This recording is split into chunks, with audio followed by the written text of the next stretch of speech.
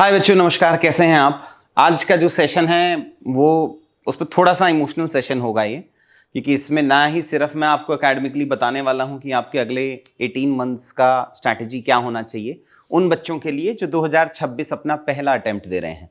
आप में से कुछ बच्चे वर्किंग होंगे, कुछ कॉलेज फाइनल ईयर में होंगे, कुछ कॉलेज थर्ड ईयर में होंगे, इंजीनियरिंग वाले फाइनल ईयर में होंगे।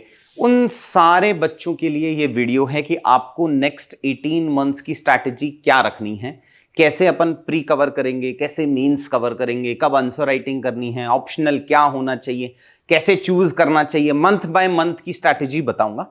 और इसमें मैं आपको वीडियो के डिस्क्रिप्शन में आपको एक लिंक मिल जाएगा जहां आपको अपना अगर एनसीईआरटी का शेड्यूल क्या होना चाहिए, किसको कितना टाइम देना चाहिए, क्या 11th क्लास की एनसीईआरटी से पढ़ना है, क्या 12th क्लास की एनसीईआरटी से पढ़ना है, तो आप सब बच्चे जो भी अपना शेड्यूल बनवाना चाहते हैं, नीचे हमने डिस्क्रिप्शन में एक लिंक दिया है, आप वहां जाके अपना शेड्यूल बना सकते हैं कि कौन कौन से एनसीईआरटी सब्जेक्ट्स की एनसीईआरटी, ज्योग्राफी हुआ, पॉलिटी हुआ, हिस्ट्री हुआ, कौन सी 8th से 12th पढ़नी है, कौन सी सीधा 12th पढ़नी है। तो ये सारा शेड्यूल आपको कितने नंबर ऑफ आवर्स में वो सेशन हो जाना चाहिए, ये सब आप वीडियो के नीचे डिस्क्रिप्शन से जाके डाउनलोड कर सकते हैं।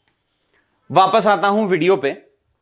So before I will start this session, आपने शायद माइकल जॉर्डन का नाम सुना होगा बास्केटबॉल की दुनिया में। इनके जो कोच थे, हम सब टीचर्स भी आपके कोच की तरह ही हैं। जैसे हमारे पास बहुत अलग अलग किस्म के बच्चे आते हैं, आप देखेंगे हर कोई अपनी अपनी जिंदगी का माइकल जॉर्डन है। जिन्होंने यूपीएससी की परीक्षा दी, उसको पास किया, कोई पहले अटेम्प्ट में, कोई 5वें अटेम्प्ट में, कोई छठे अटेम्प्ट में, कोई रैंक इंप्रूवमेंट में, अलग अलग फेजेस बच्चों की जिंदगी के रहे हैं। जब ये बास्केटबॉल के कोर्ट में आते थे तो इनके जो कोच था उन्होंने पूछा, यार तू माइकल जॉर्डन है, तो सबसे पहले आता है इसमें और सबसे आखिरी में जाता है। इनका जो रिप्लाई था, और जो मैंने भी यूपीएससी की प्रिपरेशन में बच्चों का देखा है, उन्होंने बोला कि सर ऐसा हो सकता है कि मैं एक लेवल पे टैलेंटेड हूं, किसी दिन तो ऐसा होगा जब आपसे बड़ा टैलेंट, आपसे ज्यादा टैलेंटेड बास्केटबॉल प्लेयर यहां फील्ड में आएगा और वो खेलेगा, उस दिन मैं उसको कैसे बीट करूंगा। यहां यूपीएससी में भी ऐसा ही होता है कि ये बहुत सारे बच्चे हैं, मतलब 13 लाख फॉर्म भी भरते हैं, और अगर 6 लाख एग्जाम देते भी हैं तो उसमें से वर्स्ट केस लगा लूं मैं तो 50,000 बच्चा होगा जो बहुत सीरियस है। उस 50,000 बच्चों में से 2,500 के आसपास में इंटरव्यू देता है। तो अगर मैं रफ कैलकुलेशन पकड़ूं तो 8-10 हजार बच्चा ऐसा है जो इक्वली टैलेंटेड है। उनमें से कुछ का एक पेपर खराब हो जाता है तो उस साल वेस्ट हो जाता है, नहीं तो नेक्स्ट ईयर हो जाता है। 10,000 के आसपास में बच्चा है जो इक्वल टैलेंट लेके यूपीएससी की फील्ड में आ रहा है। उनमें से किसी का नाम 1 साल लिस्ट में आता है, किसी का 2 बार आता है, किसी का 3 बार आता है। उस केस में उस 10,000 में से जो टॉप 70-100 में आपको आना है, वो कैसे आया जाएगा। तो उसकी जो एक और, अगर मैं माइकल जॉर्डन के अलावा एक और अगर आपको कंपेयर करूं किसी और हार्ड वर्किंग प्लेयर से, तो आपने शायद हुसैन बोल्ट का नाम सुना होगा। 100 मीटर में वर्ल्ड रिकॉर्ड है उनके 9.58 सेकंड का है, if I am not wrong. आप सोचो कि जो पूरी साल मेहनत कर रहा है, वो पूरी साल जो दौड़ रहा है सुबह दोपहर शाम रात, वो सिर्फ उस 9.58 सेकंड और जो नेक्स्ट बेस्ट रिकॉर्ड होगा 9.68, 9.69, उस डिफरेंस के बीच में दौड़ रहा है बस। आपको पता है ये जो डिफरेंस है, जो वो 1 साल मेहनत कर रहा है, फर्स्ट और सेकंड के बीच में कितना डिफरेंस है, इतना। ये जो चुटकी बजी, ये है best runner of the world और second best runner of the world का। तो पूरे 18 महीने जो आप ये मेहनत करोगे, ये सारी मेहनत उन 3 घंटों के एग्जाम के लिए होने वाली है, जब आपको फाइनली ये एग्जाम लिखना होगा और उसमें से यूपीएससी में फाइनल सेलेक्ट आएंगे। उन 10,000 बच्चों की लिस्ट में आने के लिए ये मेहनत होगी। और इसमें कंसिस्टेंसी कितनी रखेंगे आप, कितने नंबर ऑफ आवर्स आप पुट इन कर पा रहे हैं। अभी रिसेंटली हमने कुछ बच्चों के लिए, जो मेंटरशिप वाले मेरे बच्चे हैं, उनको हमने बोला है कि आपको डेली मेरे साथ नंबर ऑफ आवर्स कितना कर रहे हैं वो शेयर करना है। कल हुआ, ऑल्दो बहुत ज्यादा नंबर ऑफ आवर्स हो गया तो इतना तो मैं सपोर्ट नहीं करता हूं, बट हाँ 18 घंटे के आसपास में कल एक बच्चा पढ़ पाया था, which is like too much, health के कंसिक्वेंसेस आते हैं। तो अगर मैं बट फिर भी कहूं कि अगर आप, उनका प्रीलिम्स आने वाला है, तो अगर आप 14 आवर्स 15 आवर्स के आसपास में पढ़ रहे हैं, बच्चा जा रहे हैं, और एक बच्चा है जो सिर्फ 5-6 घंटे के आसपास में पढ़ रहा है, ये मैं उनके लिए बता रहा हूं जो सब कुछ छोड़ के 3-4 साल से यूपीएससी का अटेम्प्ट लिख रहे हैं और इस बार पास करना है। तो ये जो कंसिस्टेंसी है ना आपकी, अगर आप सब कुछ छोड़ छाड़ के और सिर्फ यूपीएससी की पढ़ाई कर रहे हो और आपने 2-3 अटेम्प्ट दे दिए हैं, तो बच्चे अभी इतना एफर्ट्स डाल रहे हैं, आप उतने नंबर ऑफ आवर्स को कैसे बीट करोगे? So, अगर आप वर्किंग हैं या कॉलेज फाइनल ईयर में हैं, तो मेरी एक तो होता है कि आप बस प्रिपरेशन के लिए प्रिपरेशन कर रहे हैं और दूसरा होता है आप एग्जाम पास करने के लिए प्रिपरेशन कर रहे हैं। सो अगर आप प्रिपरेशन पास करने के लिए कर रहे हैं, ये जो गैप है ना, ये जो मैंने आपको बताया था, ये इसको फिल करने के लिए आपको करीब करीब 4 घंटे 3 घंटे अगले 18 महीने देने हैं। सो अगर आप अगले 18 महीने 3 से 4 घंटे यूपीएससी की प्रिपरेशन को दे सकते हैं, तभी आप इस चीज में आइएगा और अपना 20 और 30 इयर्स का जो यूथफुल इयर्स हैं उसको इसमें डेडिकेट करने की सोचना। वरना अगर आप कंसिस्टेंसी नहीं ला सकते हैं तो मुझे लगता है आपको कुछ प्लान बी या कुछ और पैरेलली लेके चलना पड़ेगा, बिकॉज इतने तो नंबर ऑफ आवर्स आपको लाने ही पड़ेंगे। ये अपनी अपनी फील्ड के माइकल जॉर्डन। चलो अब आता हूं कि सबसे पहले आपको क्या करना है। तो भाई सबसे पहले आपको सिलेबस को समझना है, प्रीलिम्स के सिलेबस को, उसका प्रिंट आउट निकाल सकते हैं, मैं डिस्क्रिप्शन में डाल दूंगा उसका सिलेबस क्या है, फॉर्मेट करके डाल दूंगा कि ज्योग्राफी में क्या पढ़ना है, इको में क्या पढ़ना है, पॉलिटी में क्या पढ़ना है। प्रीलिम्स का सिलेबस यूपीएससी ने बहुत डिटेल में नहीं दिया है, एक और वीडियो बनाऊंगा जहां मैं आपको याद कराऊंगा कि अच्छा ठीक है सिलेबस याद क्यों करना है। याद करने के बहुत फायदे होते हैं कि आप डायमेंशंस जनरेट कर सकते हैं आंसर राइटिंग के टाइम पे। तो सबसे पहले आपको सिलेबस को समझना है, सब्जेक्ट के अंदर क्या पढ़ना है वो देखना है और थोड़ा थोड़ा पीवाईक्यू एनालाइज करना है। मैं इन सारी चीजों के आपके लिए डिटेल्ड वीडियोस लेके आता जाऊंगा कि पीवाईक्यू का एनालिसिस कैसे करना है, सिलेबस को याद कैसे करना है, प्रीलिम्स का सिलेबस क्या है, मेंस का सिलेबस क्या है, मेंस में पेपर वाइज सिलेबस क्या है उसको भी याद कराएंगे हम आपको। तो फिर आता है ऑप्शनल कैसे चूज करोगे यार। तो ऑप्शनल चूज ऐसा नहीं होगा कि उस टॉपर ने बोल दिया तो आपने वो ऑप्शनल चूज कर लिया, नहीं। आपको अगर ऑप्शनल चूज करना है तो उसके बहुत सारे पैरामीटर्स हैं। सबसे पहला क्या है, जिस सब्जेक्ट में आपको इंटरेस्ट हो। ये मत सोचना कि मैथमेटिक्स में 350 आ जाते हैं तो मैथ्स ले लेते हैं, या एंथ्रोपोलॉजी में 360 आ जाते हैं तो एंथ्रोपोलॉजी ले लेते हैं, या ज्योग्राफी में इतने आ जाते हैं, नहीं। सबसे पहले आपका इंटरेस्ट जनरेट होना चाहिए। तो आपका इंटरेस्ट जनरेट करने के लिए, समझने के लिए, आप तो यूपीएससी की फील्ड में एकदम नए हैं, तो आप क्या करोगे, आप 2-3 महीने जीएस पढ़ोगे और मई के महीने में, जून के महीने में आप देखोगे कि अच्छा यार अब जब मैंने जनरल स्टडीज पढ़ा इको का, या जनरल स्टडीज पढ़ा ज्योग्राफी का, या जनरल स्टडीज पढ़ा पॉलिटी का, वहां से आपको एक इन्फॉर्म्ड डिसीजन ले पाओगे। वरना अभी सिर्फ यूट्यूबर्स के बेसिस पे अगर आप डिसीजन लोगे वो कुछ दिनों में बैकफायर करेगा। ऑप्शनल का सिग्निफिकेंस आपके रैंक लाने में बहुत ज्यादा है। तो सबसे पहले ये होना चाहिए। फिर सब्जेक्ट की स्कोरेबिलिटी भी आपको कंसिडर करनी पड़ेगी। होता क्या है, यूपीएससी भी कुछ फेजेस में मार्क्स दे रहा होता है कि जब बहुत सारा बच्चा वो ऑप्शनल लेने लग जाता है तो यूपीएससी हल्का सा उसमें डिक्रीज कर देता है, या बहुत कम बच्चे लेने लग जाते हैं तो इंक्रीज कर देता है। तो वो स्कोरेबिलिटी भी आपको कंसिडर करनी है। फिर sources in study material optional में बहुत जरूरी है। आप लेके बैठ जाएं ऐसा ऑप्शनल जिसका टेस्ट सीरीज नहीं है, जिसके क्लासेस नहीं है, या जिसके हैंडआउट्स अच्छे नहीं है, तो आपको खुद से वो मेहनत करनी पड़ेगी। देखिए कोचिंग इंस्टीट्यूट्स का सिग्निफिकेंस आपको खुद यूटिलाइज करना पड़ेगा कि वो आपके लिए कैसे बेनिफिशियल है। वर्स्ट केस में कम से कम आप कोचिंग इंस्टीट्यूट्स का या जो भी ये मेंटर है, इन सब से, इन टीचर्स को, इनके मटेरियल को तो यूज करोगे। Because standard books paper pass कराने के लिए नहीं बनी है, स्टैंडर्ड बुक्स कॉलेज के लिए बनी है। सो वो कॉलेज के एग्जाम के लिए यूजफुल हो सकती हैं। यूपीएससी के एग्जाम के लिए तो यूपीएससी का पीवाईक्यू पढ़ना पड़ेगा, उसमें कैसे उस कंटेंट को फिट करोगे वो जरूरी है। सो सोर्सेज और स्टडी मटेरियल होने चाहिए। फिर लेंथ ऑफ सिलेबस, ऐसा नहीं है छोटा है 1-1.5 महीने में हो जाएगा तो अपन कुछ भी ले लेंगे, या ये बहुत लेंथी है तो 6 महीने लगना है। जैसे कुछ ऑप्शनल है, पीएसआईआर है या कुछ और है, उसमें बच्चों को यूजुअली 6 से 8 महीने के आसपास में भी लग जाता है। सो आप कुछ ऐसा नहीं, पीएसआईआर खराब नहीं, अच्छा ऑप्शनल है, बट ऐसे हिसाब से चूज करो कि उसको फिनिश करने में कितना टाइम लगना है। और लास्ट हो गया ओवरलैप विद जीएस। देखिए ऑप्शनल 500 नंबर का है और जीएस 1250 नंबर का है। आपको एक ऐसा ऑप्शनल चूज करना है जिसका कुछ ओवरलैप तो हो, 100 नंबर का, 150 नंबर का, 200 नंबर का, कुछ ओवरलैप तो होना चाहिए कम से कम जीएस के साथ में। वरना आप उसकी मेहनत अलग करेंगे, जीएस की मेहनत अलग करेंगे। तो ये कुछ कंपोनेंट्स हैं जिसके हिसाब से आपको चूज करना पड़ेगा। फिर नेक्स्ट आता है कि अगर ये फिनिश हो गया, नेक्स्ट आता है भाई कि इसके बाद नेक्स्ट मार्च के महीने से शुरू क्या करना है।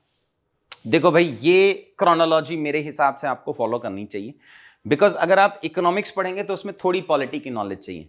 हिस्ट्री इंडिपेंडेंट है उसका इससे, बट अगर आप हिस्टोरिकल सिग्निफिकेंस जानना चाहते हैं कि स्वदेशी मूवमेंट का सिग्निफिकेंस क्या था, तो भाई इकोनॉमिक डायमेंशन पता होना चाहिए कि अगर मैं लोकल प्रोड्यूस करूंगा तो क्या पॉजिटिव्स हैं, इंपोर्ट करूंगा तो क्या नेगेटिव्स हैं, ब्रिटिशर्स जब रॉ मटेरियल लेके जाके फिनिश गुड बेच रहे थे तो उसके क्या नेगेटिव्स थे, तभी आप दस्तक को अच्छे से समझ पाएंगे। सो मेरे हिसाब से आपको मार्च के महीने में, शुरुआत के 5 महीने में आपको एक सब्जेक्ट एक महीने में चलना चाहिए। तो you should start from polity in the month of March, next economics, next modern history. Modern history इसलिए भी डाला, एग्जाम के हिसाब से उसका इतना सिग्निफिकेंस नहीं है, बट क्योंकि मई के महीने में आपके फाइनल ईयर में है या कुछ है तो एग्जाम्स रहते हैं यूजली, तो आप 15-20 दिन ही दे पाएंगे इसको। अगेन जैसा मैंने आपको बताया, आपको एक पेपर फिनिश करने में 1 महीने लगाना है, लेकिन आपको हर दिन मोटा मोटी 4-1 घंटे के आसपास में देना पड़ेगा, उस हिसाब से ये शेड्यूल है। ज्योग्राफी, नेक्स्ट आपको ज्योग्राफी फिनिश करना है और जुलाई में आपका एनवायरमेंट फिनिश हो जाना चाहिए। तो ये 5 सब्जेक्ट्स इसी ही ऑर्डर में मेरा सजेशन है कि आपको इसी, क्योंकि अगर आप ज्योग्राफी नहीं करेंगे तो एनवायरमेंट नहीं कर पाएंगे। अब ज्योग्राफी में इकोनॉमिक ज्योग्राफी होती है तो उससे बेटर है कि आप इकोनॉमिक्स पहले पढ़ लें। तो इस ऑर्डर को आप फॉलो कर सकते हैं। एनसीईआरटीज मस्ट रीड हैं। एनसीईआरटीज में कौन सी एनसीईआरटी पढ़नी है, किसको कितने नंबर ऑफ आवर्स देने हैं, किस चैप्टर को, उसके लिए मैंने जैसा आपको बताया वीडियो के डिस्क्रिप्शन में हमने लिंक दिया है, फ्री ऑफ कॉस्ट आप जाके डाउनलोड कर सकते हो। नेक्स्ट आता है कि जब आप ये 5 किताबें पढ़ रहे हैं, जब ये आप 5 सब्जेक्ट्स पढ़ रहे हैं, आप थोड़े थोड़े नोट्स बनाते जाना। देखो मेंस एक दिन का गेम नहीं है, आप मेंस पहले से पढ़ सकते हैं। अभी मैंने जो क्यूईपी 2026 का बैच चालू किया, इसमें एक बच्चा है, शायद बीएचयू का है, फाइनल ईयर में है, बस वो प्रभु नाम है शायद इसका, if I am not wrong, मतलब अभी जस्ट नया आया है, फाइनल ईयर में बैठा है, उसके आंसर सभी से बहुत अच्छे हैं। अभी मतलब 3-4 दिन भी नहीं हुए होंगे उसको बस।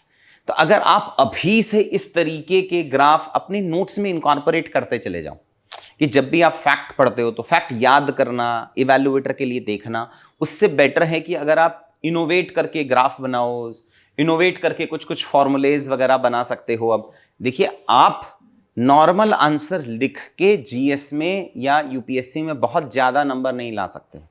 जैसे यूट्यूब या टीचर के लाइफ लगा लो अब आपकी, वो सिर्फ पढ़ाने से नहीं बनेगा बात, आपको अच्छा पढ़ाना भी पड़ेगा, वैल्यू ऐड भी करना पड़ेगा। वैसे ही स्टूडेंट सिर्फ उत्तर लिख के आ जाएगा से नहीं बनेगी बात, उसको अच्छा उत्तर लिखना है, इवैल्यूएटर को समझ आना है, डायमेंशंस अच्छे होने चाहिए। प्रीलिम्स तो क्वालिफाइंग है, मेंस के हिसाब के ही तो नंबर बनते हैं। और 2025 जो टोटल मार्क्स आते हैं, इंटरव्यू 275, उसमें अगर आप जीएस देखेंगे तो 1750 नंबर का जनरल स्टडीज का पेपर है। उसमें आपके आंसर्स नहीं सिर्फ बाकियों से बेहतर होने चाहिए, बट आपको बाकियों से अच्छा भी लिखना पड़ेगा डायमेंशन वाइज और देखने के हिसाब से। तो ये कुछ कुछ चीजें हैं जो आपको अभी से इनकॉर्पोरेट करनी पड़ेंगी अपने नोट्स में। फिर अब मेन ये 5 बेसिक सब्जेक्ट्स हैं, उसके बाद मुझे लगता है आप थोड़ा सा पेस पकड़ सकते हैं और आप फिक्स 4, सवा 4, 4.5 घंटे पे आ सकते हैं। 20 दिन में एक सब्जेक्ट हो जाएगा। तो जैसे ही आपने पॉलिटी फिनिश किया, फिर इकोनॉमिक्स फिनिश किया, मॉडर्न हिस्ट्री फिनिश किया, ज्योग्राफी फिनिश किया, एनवायरमेंट फिनिश किया, आपके 5 मेजर सब्जेक्ट्स जो हैं, और ये आपको प्री मेंस दोनों के हिसाब से, बट यहां आपको नोट्स नहीं बनाना है, याद रखना। फिर आप एंशिएंट हिस्ट्री पे आ सकते हैं 20 दिन में, मिडिवल हिस्ट्री पे आ सकते हैं, आर्ट एंड कल्चर पे आ सकते हैं। ये आपको मेंस के हिसाब से पढ़ना है। अभी तक आपका जो कंटेंट था वो प्री मेंस दोनों में चल रहा था, ये अभी आप सिर्फ मेंस के हिसाब से पढ़ेंगे। डायमेंशंस ये सब 20 दिन में। एनसीईआरटीज पढ़नी है, कौन सी बुक पढ़नी है मैंने आपको बताया, डिस्क्रिप्शन में मिल जाएगा आपको। बेसिक बुक्स की लिस्टिंग है, यहां आप माइंड मैप बना सकते हैं अपने काफी ज्यादा, और पीवाईक्यूज का आप कोई भी किताब खरीद सकते हैं या हमारी वेबसाइट पे पीवाईक्यूज है, वहां से उठा के आप प्रैक्टिस कर सकते हैं। फिर आता है 10 डेज। अब ऐसा नहीं कि 10 दिन में आप साइंस एंड टेक पढ़ सकते हैं ना, बट दिक्कत यह है कि यहां साइंस एंड टेक अब मैं ये मेंस के हिसाब से पढ़ा रहा हूं ज्यादा, बिकॉज अब आप प्रीलिम्स के हिसाब से जनवरी में पढ़ेंगे। तो ये जो 3 महीने हैं हमारे अक्टूबर, नवंबर, दिसंबर के, ये आप हल्का हल्का नॉलेज लेंगे इन सब्जेक्ट्स का, बस 100% कंप्लीट नहीं होगा। क्यों नहीं होगा? बिकॉज ये प्री में ज्यादा इन डिटेल आ जाता है।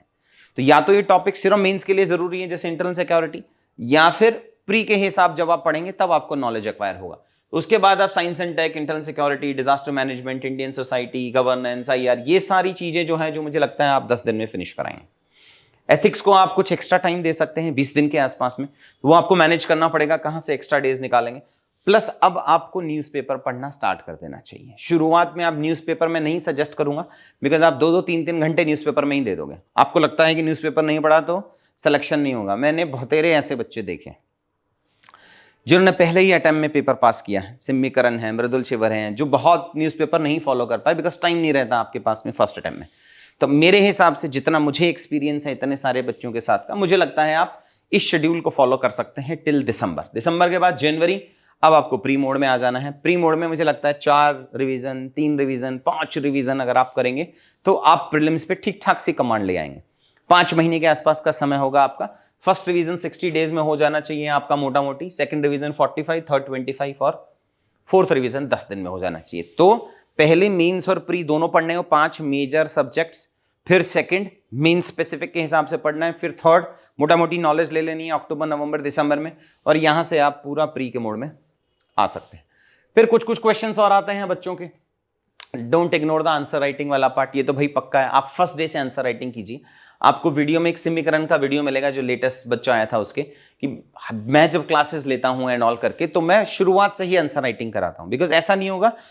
आंसर राइटिंग तो एक आर्ट है ना, मतलब आर्ट भी कह सकते, और उसके कंपोनेंट साइंस हैं कि भैया हाँ हर आंसर में कुछ ग्राफ होने चाहिए, कुछ फॉर्मूले होने चाहिए, कुछ एग्जाम्पल होने चाहिए, इस तरीके से लिखना चाहिए।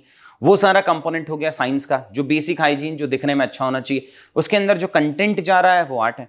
तो अगर ये वाला पार्ट आप फर्स्ट डे से नहीं सीखेंगे तो you can't master it in 15 days 20 days, कि अब मैं एक दिन अच्छा कंटेंट पढ़ लेता हूं फिर जाके आंसर राइटिंग करूंगा, वो नहीं आएगा भाई। तो आपको आंसर राइटिंग शुरुआत से ही करनी है। मुझे लग रहा है आप मार्च में भी थोड़ा थोड़ा आंसर लिख के शुरू कर सकते हैं। उसमें क्या बेसिक हाइजीन फैक्टर्स होने चाहिए, वो बहुत सारे वीडियो मैंने बनाए हैं, आप देख सकते हैं। फ्यूचर में और बनाएंगे, वापस से देख लेना। रेगुलर टेस्ट आपको देने हैं दोनों, प्री के भी मेंस के भी, बट शुरुआत में ही मेंस की कोई वो महंगी और बड़ी बड़ी टेस्ट सीरीज जो बच्चा ज्वाइन कर लेता है 20,000 30,000 40,000 रुपए फूक के कि मैं 40 टेस्ट लिखूंगा, मैं 30 लिखूंगा मेंस के, ऐसा हो नहीं पाता है। Don't waste your money and time, because वो पैसा वेस्ट होता है या टाइम वेस्ट होता है तो उसका गिल्ट फैक्टर भी आता है। आप खुद से एक एक आंसर्स लिख सकते हैं पीवाईक्यू की, हमारी बुकलेट है, कहीं से भी उठा लो। टॉपर्स बुकलेट मिल जाएंगी आपको बहुत वेबसाइट पे, किसी भी वेबसाइट से आप उठा सकते हो, हमारे पे भी हैं, बाकी भी हैं। आपको उठाना है, आपको आंसर्स वाला पार्ट लिखना है, उनसे कंपेयर कर लेना है। गुड नोट्स बनाएंगे। ये जो मैंने आपको बताया कि मोस्ट रिपीटेड थीम्स है, कुछ थीम के लिस्टिंग है। हम क्यूईपी का एक कोर्स चलता है मेरा, उसके अंदर मैं पढ़ाता हूँ कि मोस्ट रिपीटेड थीम्स कितनी है, किस थीम से कितने क्वेश्चन आते हैं।